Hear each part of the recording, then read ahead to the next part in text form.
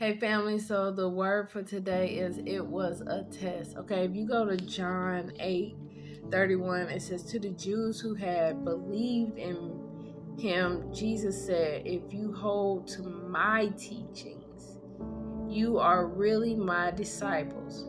Then you will know the truth, and the truth will set you free. They answered him, we are Abraham's descendants and have never been slaves of anyone. How can you say you shall set me free? Okay? So Jesus is telling the descendants of Abraham, the Jews, right? God's people, that if they follow his ways,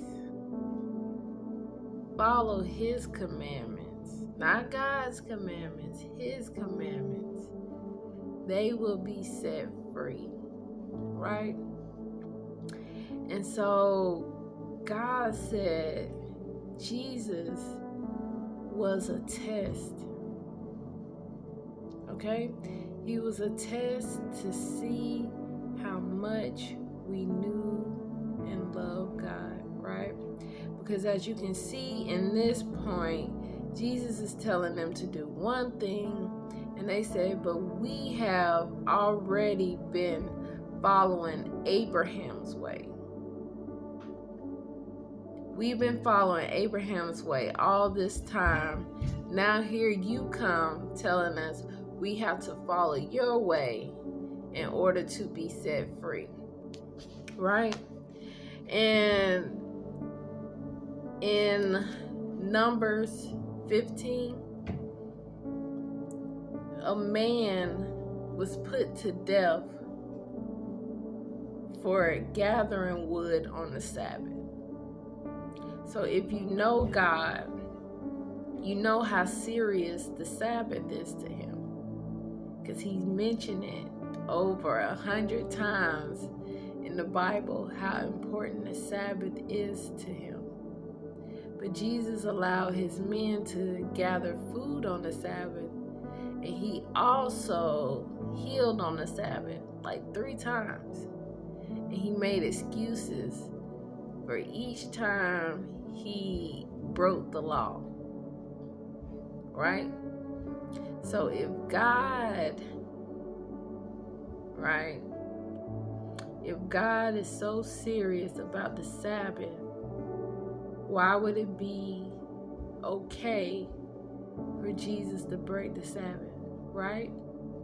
Let's really think about it. If we know God the way we do, all the laws that Jesus broke, as he said, in the name of his Father, they asked a good question. They said, who is your Father? Because you say you're doing all of these things in the name of your Father, right? But the God we know told us we shouldn't do these things that you're doing. But Jesus is saying, in order to be free, in order to be saved, we must follow and do things in his way, right? And in Deuteronomy 13, it says, if a prophet, because Jesus was considered a prophet, it says it in Joshua, right? They call him a prophet, right? If a prophet or one who foretells by dreams appear among you and announces to you a sign or a wonder, and if the sign or wonder spoken of takes place, and the prophet said, let us follow other gods. So Jesus performed all these miracles, and then he started telling people to follow him and to do in his commandments, right? God said if somebody appears among you and do that and say those things, right? He said you must not listen to the words of that prophet or dreamer. The Lord your God is testing you to find out whether you love him with all of your heart and with all of your soul.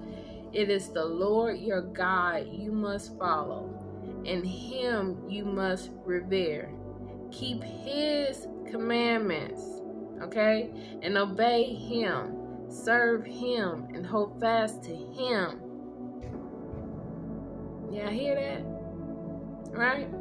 It says that prophet or dreamer must be put to death for inciting rebellion against the Lord your God, who brought you out of Egypt and redeemed you from slavery. So, if the punishment for what Jesus was doing by telling us to follow him and his ways is death, if breaking the Sabbath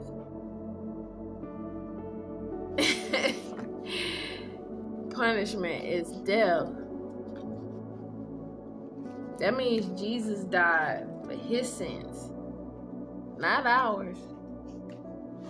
And that's why he said, God, why have you forsaken me? Right. God doesn't forsake. He says that. He said people forsake him. God doesn't forsake anybody. He don't do nobody wrong. Right? People do him wrong. So Jesus was in that predicament because he did wrong. Right? And just like in Jesus' story, if y'all go and listen to the podcast, I was just talking about that earlier today. The devil did the same thing when he was disguised as Adam and the fathers that had died. He did the same thing. He disguised himself as Adam, and he had his hosts disguise themselves as Mahalalel, Seth, Abel, Canaan, right? He had them disguised as the ones that had already died. And when they went to approach Jared, they talked Jared into going down to the children of Canaan where he wasn't supposed to be. Right? And when they got down there, they told him, they took of women. And Jared was like, my fathers would have never did this. Right? He said, my fathers would have never did this. And it says he started praying to God, and those hosts that was disguised as his fathers fled, right? Because they can't be around prayer, right? So this is just, Jesus' story just sounds so similar to what the devil was doing to Adam and Eve and and their descendants all through that book, disguising themselves as somebody from God, right? And then telling them to do commands that was different from what God had previously already told them. God said we should only follow his command, and then you have Jesus telling us that we want to be free to follow his commands. Right? And by us doing that, we're being tricked into sinning against God. And when you're being tricked into sinning against God, right, guess what? You end up being destroyed, like how John the Baptist got destroyed. Because he was tricked. Right? He was in jail questioning, was he doing the right thing? Just like Jared, when he got down to the hill and he saw how the devil started trying to get him to do stuff different than what his fathers was telling him. He said, this, my fathers, never. This is how we supposed to investigate, right? And every time I look at something Jesus do, and then I go back and look at what God said, I'm like, God, never. He can't be. It's a test.